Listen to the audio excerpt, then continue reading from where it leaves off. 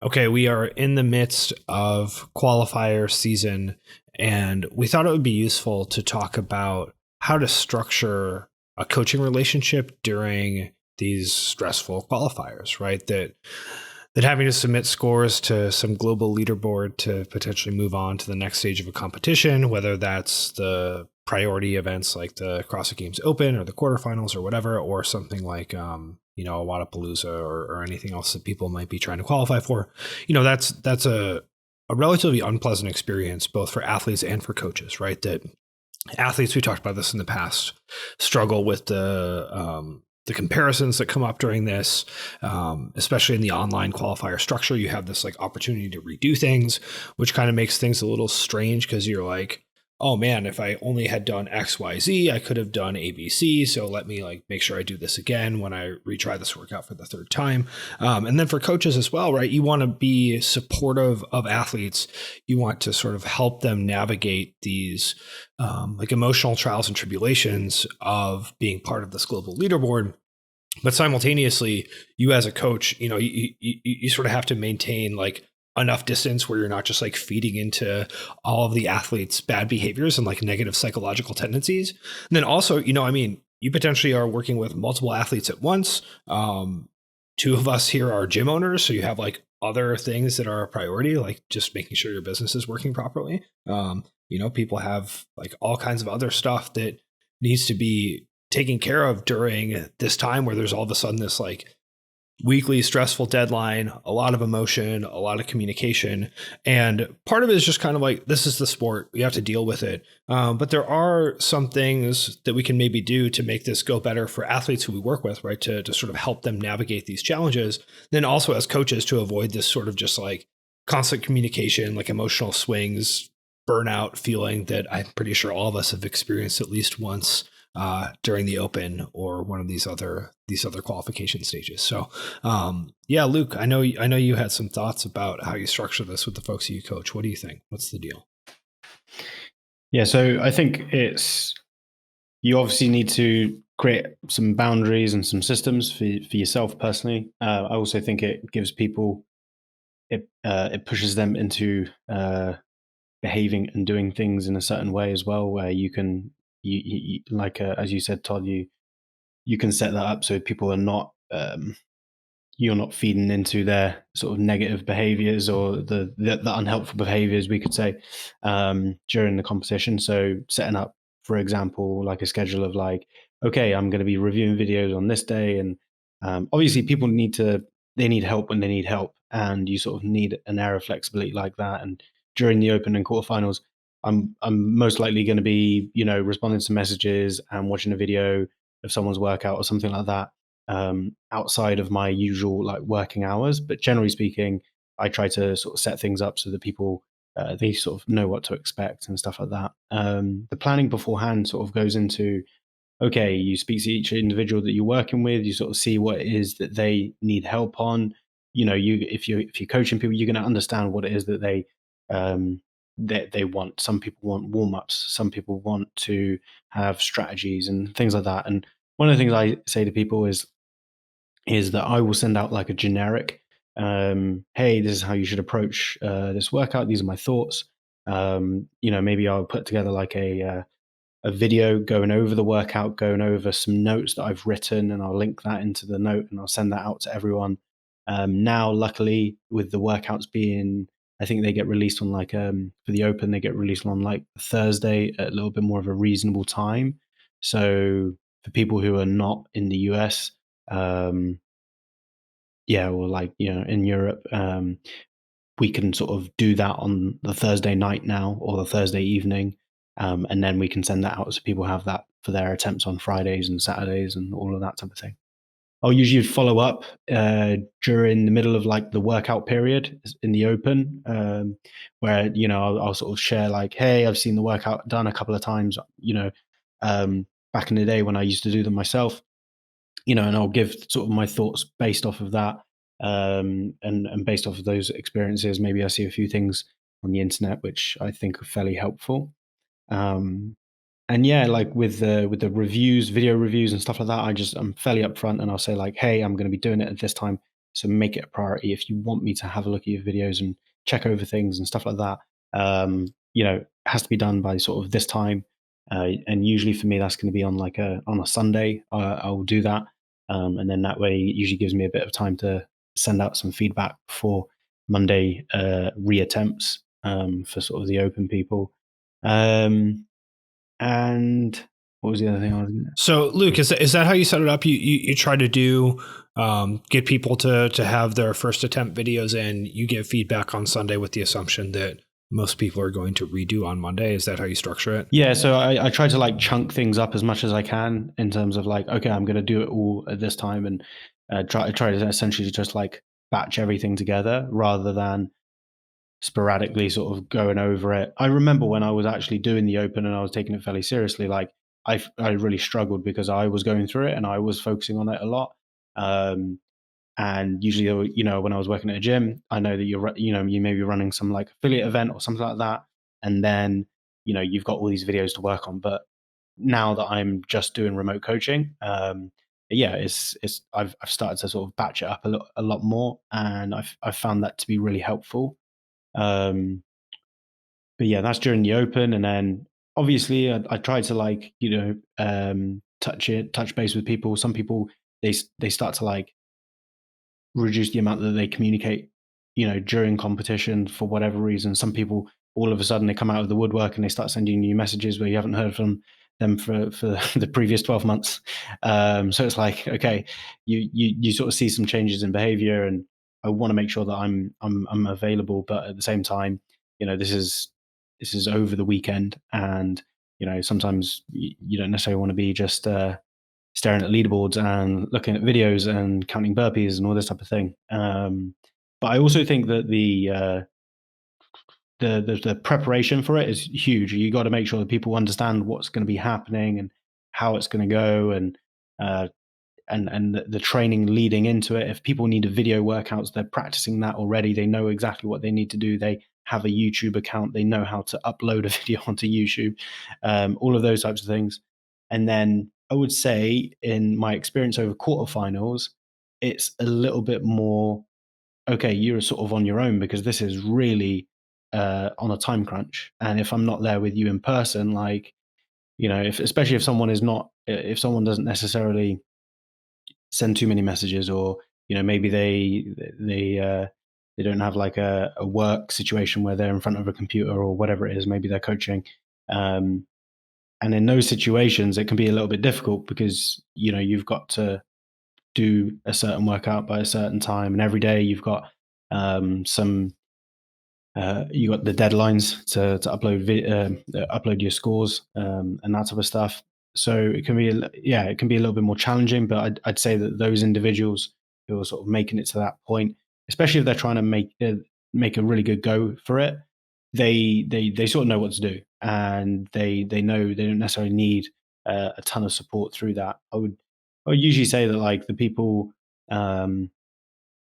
who, I would say like they take it seriously, and the quarterfinals is like a big thing, and maybe they're still like really trying to put an effort in during the open as well. Like I find that for those individuals tend to need like a little bit more support, and then those people who are really making a go of things over the quarterfinal period, they tend to, like in my experience, the people I've worked with, they tend to sort of be a little bit more autonomous in that how they go about things, and sort of you're there to like maybe check in every day, drop them a text, that type of thing. And I think it is important as well. Like it is something that makes a big difference in an athlete's experience when they're going through competition, whether it's like a, hey, go out there, do your best, send them a text message or whatever it is, and just sort of being a little bit more proactive. I think that can be really helpful. And then post competition as well, like one thing I've started to do now is after every competition, I send out like a questionnaire to athletes, and sort of go over like, okay, what were the biggest wins throughout it? What were the biggest challenges? And then also part of that sort of that process, and that reflection process is, hey, like, is there anything that I could have done to support you better? Is there anything that you felt like I didn't do or something like that? And that's usually quite helpful because then I can see what's actually useful for those individuals. and then I can sort of see some of the things that maybe I need to actually work on next time they go through that process. Because I think that different athletes need different things. And I think as coaches, we tend to. What do you find? What do people tell you? What do they complain about? What do you do? What do you do wrong? So one of them was someone wanted like an individualized strategy for them to go through, and I think one of the things that where athletes don't necessarily understand is that a coach can have like a good idea of like how someone can approach a workout the best, and they have like a good idea about it. But there's an element, and maybe they can be on the money, but like 90% of the time they can give them really good information. But like if an athlete really wants to push it, they've got to sort of have the freedom to go for it as well. And some people will want a strategy, and then if the strategy doesn't work, then they've sort of got something. Maybe that's not what they intend to do, but they're going to be there like, well, the strategy didn't work, so the fault is on you. Maybe that's not what they intended to sort of go about, but that might come about that situation. So what I ended up doing is I said from that that interaction is I basically said, and this is something I've put forward now to all of the people I'm coaching, is like, if you guys want a strategy, send me a strategy, what you think you should do, and then I will look over it and I will tell you like, hey, this is a good idea. Hey, you probably want to watch out for this. But like what what the coach says isn't gospel. Like at the end of the day, the athlete needs to be able to push and go for it. And I always worry that if generally speaking, I'm not necessarily super conservative as a coach. I used to be. I'm probably a little bit more okay with people just going for it now. But yeah, like as coaches, we sort of have a responsibility to like not create shitty experiences for people. So we're probably going to, give them a strategy or a plan where they don't completely blow up. But maybe they could have done their handstand push-ups, 1-2 more reps per set, and they could have kept that a bit more consistent. And I thought is very important that you obviously you foster that autonomy with your athletes. And it can be quite difficult, especially if you've worked with someone from like a very like beginner intermediate phase and they sort of grow through that period. Sometimes that can build a bit of dependency on the coach when actually the coach sort of needs to, no, it's all on you now. You got to go for it.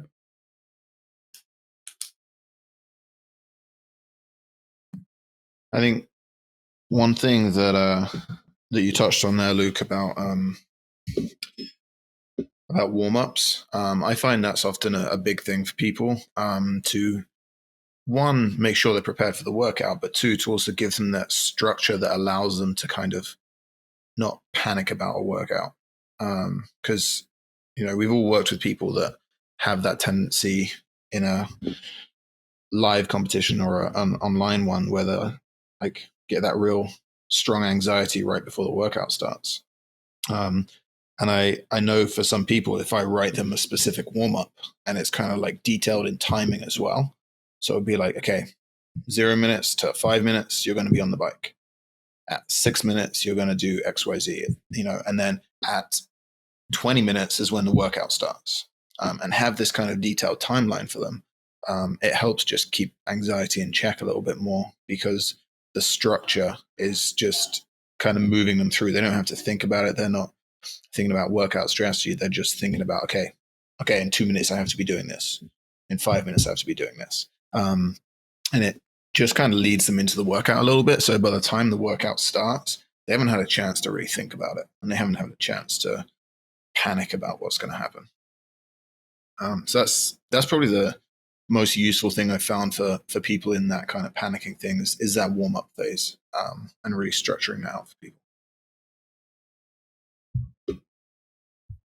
Yeah, that's interesting, John. It's almost like the free throw routine that people have, right? Where it's like, okay, if you do this exact sequence of dribbles before you shoot, you can kind of like get in, zone out all the distraction and like hopefully just execute on the task. And that having a structured warm up provided is a way to just like, okay, I just have to do this, and then I just sort of like go forth and hopefully I'm able to execute.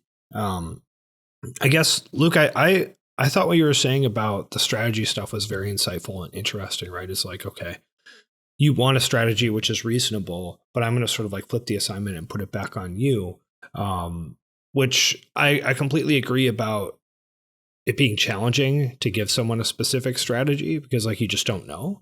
But I do think that it's much easier to recognize when someone has like a really bad plan for a workout and potentially like prevent them from making a mistake, right? Which I think is surprisingly common even for athletes who are reasonably experienced and have been kind of doing this stuff for a while and are like pretty good, you know, especially after they watch the CrossFit Games like elite do the workout during the open announcement, right? That historically has set really bad expectations for people. Even folks who like, you know, I mean, I hate to be sort of like dismissive, but like honestly should know better, right? Where they're like, okay, yeah, I watched you know, I watched whatever Medeiros and whoever do this workout, and I know I'm not quite as good as them. And they did all their reps like unbroken and fast, so maybe I'll just like break up a little bit from the start, and I'll get like, you know, whatever, one round less than them. And it's like, no, that's not going to happen. Like the gap in performance is much higher than I think people realize when they see the elite go through the workout relatively smoothly, and they just don't have a good frame of reference for how tired they're going to be and how much they're going to blow up on certain things. So certainly having someone like articulate their strategy, I think can be very, very helpful because then you could prepare them to, you know, I mean, not even necessarily like break stuff up more, but just like, hey, this is going to be a lot harder than you think it is right now, right? That you saw the elite do it and it looked like it was okay for them, and you know you're a little bit worse, so you're going to be a little bit more tired. But you know, especially something like that deadlift burpee workout, that sort of like ascending descending ladder, where you know people kind of smash that and they're like, oh yeah, I'm like pretty good at deadlifts, you know, I'll just sort of knock this one out. And you're like, hey, this is going to be like a disaster. Like you're going to completely fall apart somewhere near the top of that ascending ladder, and you're going to kind of like hopefully stumble down the other way a little bit. Like don't think that you're going to like move through this smoothly and quickly. Like this is going to be awful. And I think that the expectation of what the workout is actually going to feel like is really, really important, because if people think it's going to be much easier than it actually is for them, they can have this sort of like catastrophic performance on their first attempt because they just have no idea what it's going to feel like. And then they actually do have to redo and make up like significant ground, which you can see people like really, really improve a lot because they had such misguided expectations about their performance on their first attempt, and it went badly, and now they sort of like tasted, you know, they tasted the pain of the workout, and they're like, okay, like now I know what to expect, I can strategize accordingly. But obviously it would be better for that athlete if they were able to execute better on the first attempt, and then if they need to redo, they're coming from like a higher baseline. And then especially for folks who like should make it through to quarterfinals but may sort of be on the bubble, it's like, man, we really don't want to have to redo that like deadlift bar facing burpee workout, right? Like that you should be able to get a good enough score on the first attempt that you don't have to redo that one. And if you sort of like come out guns blazing thinking that you're going to knock this thing out and like completely fall off a cliff on the set of 8 on the way up, and then you actually do have to redo it to make sure you get to quarterfinals where you know like you should make it to that stage, like we don't necessarily want you to have to do that many, you know, deadlifts again on short turnaround, especially if you're someone who's a little bit uncomfortable with that volume. So yeah, I really like that idea, Luke. Yeah, one of the things that following on from that, like I suppose when I send out warm-ups, I will always send out like, hey, you're probably going to land in like a couple of these different like buckets, and this is probably some of the things you need to be aware of when you're putting a strategy together. And I might give examples, but usually there's at least something being like I give them something just to be so that they're able to guide themselves through that strategy making process. One of the things I'm doing at the moment as well is I'm giving less instruction on workouts. I'm, you know, the sort of the throwdown workouts that we do on the weekend. Maybe I'm doing something around like anywhere from like 1 to 3 similar exposures of those styles of workouts with like no instructions, just like detail your plan and feedback to me how it went. So then the sort of training process isn't literally just doing the workout. It's also like, okay, what did you think you were going to do going in? And then usually just based off of the notes, it opens up a conversation, and I can be like, probably just need to do this a little bit more, or change that up, or but always there's always something that's completely like novel that's going to come up, and I think it's important that you give people sort of like those experiences in their training where they experience novel things, and they're sort of forced to just like go for it and sort of see what happens. And I suppose in those situations, sometimes people do actually just like mess up, and you don't necessarily set them up for failure per se, but what you are trying to do is just like create learning experiences through the training. And then people can be, if they need to be a little bit more cautious about how they approach the workouts, they can have a few more of those learning experiences where they're like, oh yeah, shit, I need to do that. Because also, as much as a coach is going to tell you, hey, you should do this instead, and hey, you should do that, and maybe we continue like training progressions that set them up for success and work on their sort of priority areas, like sometimes athletes don't actually take it on board until they get like basically their ass kicked in the middle of a workout, which I think is a sort of part of it. I was going to say something else. It'll come back to me, but yeah. I think one thing I've found that's pretty important, which often people will overlook, is the having to submit a video of the workout. And now that CrossFit like details out floor plans of how everything needs to be set up, like which way everything's facing and all that kind of thing, that adds time to your setup, and it can add stress to some people as well. I think it's really useful to have someone who you assign as the videographer for the workout. So they're in charge of reviewing the equipment setup. They're in charge of making sure the camera angles are right, and then they've blocked off so no one's going to walk in front of the camera. They're the one that comes in to do the introduction for the athlete, to show the measurements of everything, and just have someone that can do that pre-workout, so that the athlete isn't there stressing about it, and they're not trying to rush through, oh, I need to get a tape measure out to show the height of the box before we start this workout. So you have someone assigned to do that, and it just allows the athlete to focus purely on the workout and prepping for that. I think with that, one of the things I've found is if you have people who train at home, or they train in their own like garage or whatever, like sometimes going into competitions can be just like super stressful for them, because they're not part of like a gym, they're not part of a community, they don't really have any like training buddies that they can sort of like lean on. And for example, I've encouraged I've got one athlete who trains at 2 gyms. One of the gyms is a sort of weightlifting strength and conditioning facility, the other one is a CrossFit gym. They happen to train at the one that's a weightlifting strength and conditioning facility more, just because of work and stuff like that.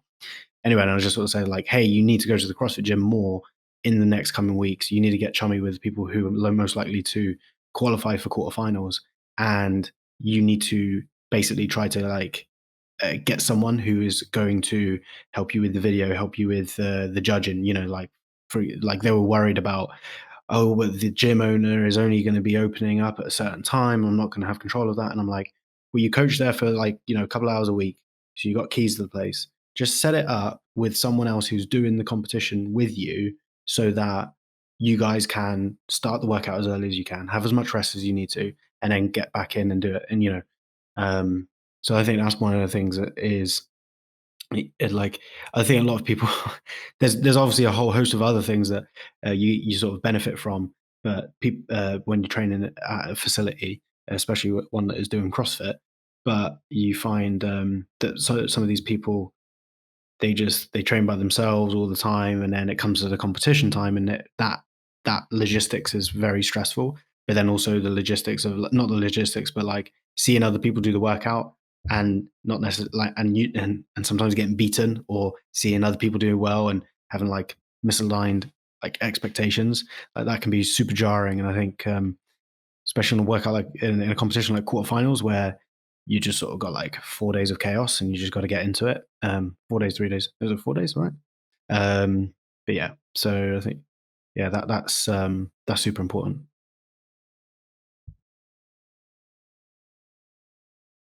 Yeah, Luke, I think that this whole idea of sort of preparing people to plan is so smart, right? That ideally, sort of like you said, we're teaching people throughout the season how to come up with some sort of strategy, how to sort of evaluate how that strategy went, and adapt to new training stimulus and new experiences on the fly. Like ideally, that's what they're getting out of working with a coach, is that kind of like structure and nudging in the sort of appropriate direction to help them become like a more self-effective athlete in general. Right? That's sort of like what we want to happen. I thought that idea of making people like sort of submit a homework assignment, like, hey, here's my plan for this workout, and then I can sort of self-grade on how that went, is really, really great. And I should totally start doing that with people, especially because, while all this talking about planning, I do sort of want to make the point that I think planning is overrated in some sense. Like having a strategy is overrated in some sense, right? There's not going to be some strategy that's like, oh, like I broke my toaster bar into 3 sets on the second round instead of 2 sets on the third round, and like all of a sudden, like I'm just, I've leveled up as an athlete. Like I don't think it works that way, but I do think you can have like a really bad strategy that will tank your performance. And so a lot of this sort of strategizing about breaking up reps and like cycle time and rounds, et cetera, ideally a lot of that just comes from intuition. But from a coaching perspective, having folks sort of come up with their own strategy and then just like guardrailing it a little bit, like that, I think that this is not going to work for you and is going to potentially cause you to have like an extremely subpar performance, is much more of where the potential wins are from that strategy conversation, rather than, here's the perfect descending rep scheme for each round that you can break up on. And, that's gonna really, elevate you to the next level. So yeah, the idea of giving folks that assignment early in the season so they're practice with it, that's good. It's good coaching. Love to see it. Thank you. I think one of the things I'm seeing more now as well is that people don't repeat qualifiers as often. Maybe a competition just throws out 5 qualifiers you've got to do in 1 week. Maybe you've only got 3 coming up in the open, and one of them might have 110 deadlifts in it. Your quarterfinals, you're not repeating them as much. I do remember it used to be a lot more of a thing where it was like everyone did the workout on Friday and a Monday, and that was it. And it was like, okay. And also, sorry to interrupt, but this year the structure for quarterfinals is different, where rather than releasing all the workouts at once, so people could sort of like game the order that they do them and maybe take a few stabs at one that they want another attempt at. They're releasing them like day by day now. So the opportunity to repeat, I mean, people are going to do it. Like it's going to happen, but the opportunity to repeat is going to be, much, much, much less under this new structure.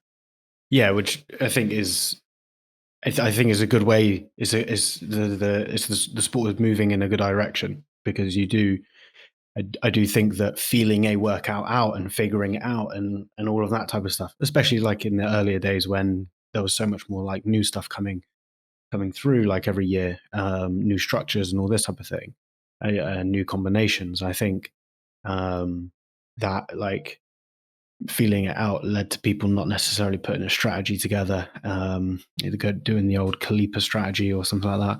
And but like, yeah, now you have to have a plan. I will say probably the people who put the best plans together, I've found, are like the people who've swung too far in the strategizing direction and realize it doesn't really work like that, and then they sort of come back and they have like good awareness and good intuition about, this is a good idea and this is a bad idea, but at the same time, they've sort of learned how to like follow their gut and just go for it as well.